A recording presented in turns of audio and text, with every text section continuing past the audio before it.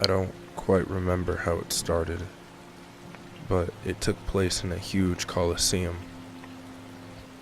Everyone sat on one side, and the other side just kinda opened up to a gigantic landscape. Tons of people were there. Pretty much every person I'd ever seen at every point of my life, whether I knew them or not.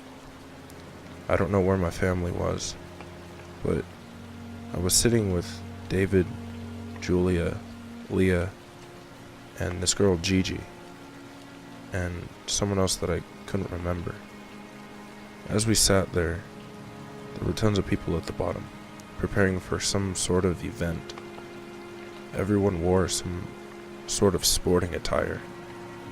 But the odd thing was, I knew every person down there, but they were all people that I hadn't spoken to since middle school or elementary school.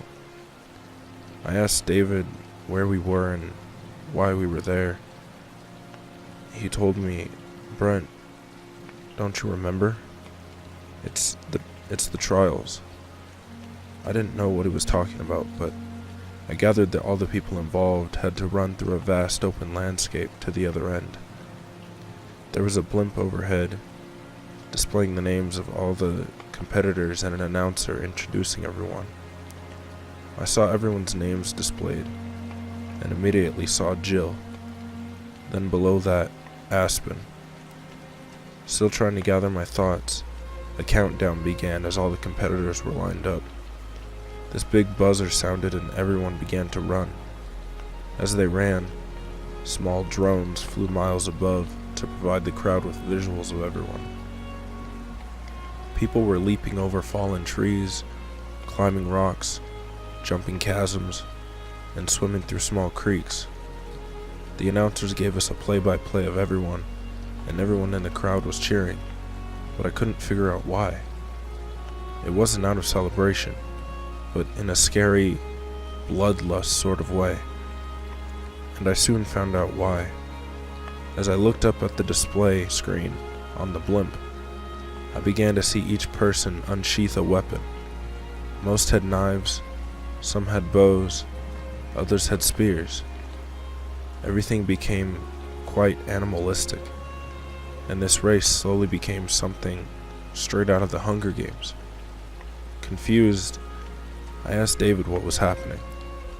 Then he spoke to me as if I was a complete idiot, almost angry it seemed. "Brent, don't you know anything? Just shut up and watch." Which took me quite by surprise because he's never spoken to me like that. Eventually, I could see people getting close to the end. Then, I saw the first person cross the finish line and everything stopped. The cheers stopped. The announcer went silent. It was as if life itself ceased. Then a loud buzzer sounded, signaling the end of the race. Even the competitors stopped moving. Then, out of nowhere, small airships flew in from overhead, each piloted by a single pilot. My heart started racing and I asked David what was happening. I looked over and saw that he was starting to cry. "Now, they end the rest," he said to me. I looked back down at all the competitors and they looked towards the sky. Then I saw Daniel, David's brother, looking up at one of the small ships. Then an arrow pierced his heart. David got up and screamed out Daniel's name. I didn't know what to think, but I started to feel this overwhelming heartbreak as I watched him fall to the ground. Then, I see another shot down. A guy.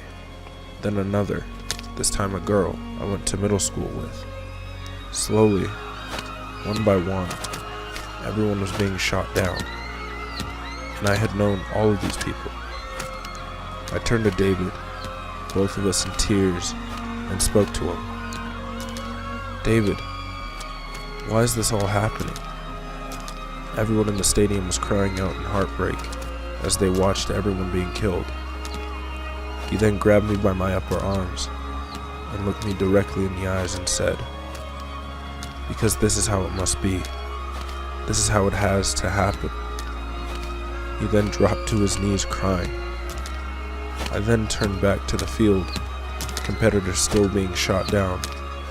At this point, I'm crying with a pain that I've never felt before, as if I'm being forced to watch everyone that I've ever known be taken away from me, shot dead.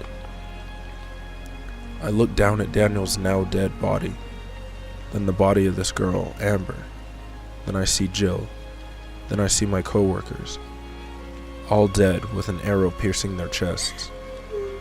Everyone in the stands is crying now, having witnessed the loss of those that they knew. Then I look down at the winner, a girl that I knew named Vanna. She's looking back at all of her opponents now dead, absolute pain and sadness in her eyes. Then an official comes out from behind a door, presenting her with a small pillow, and on it, a pistol. She looks at him, then grabs the pistol, puts it to her head, and pulls the trigger. I jump at the sound of the gun, and now see her lying dead at the end of the field. Then I turn back to David, still crying, hurting beyond belief, and ask him through my tears, why? He then looks up at me, pulls me close, and whispers into my ear, because you did this.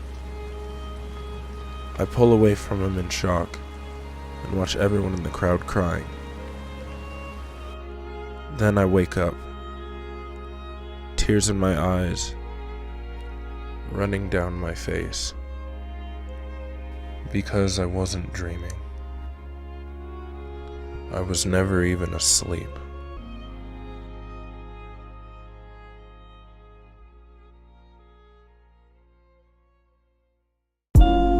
This is America.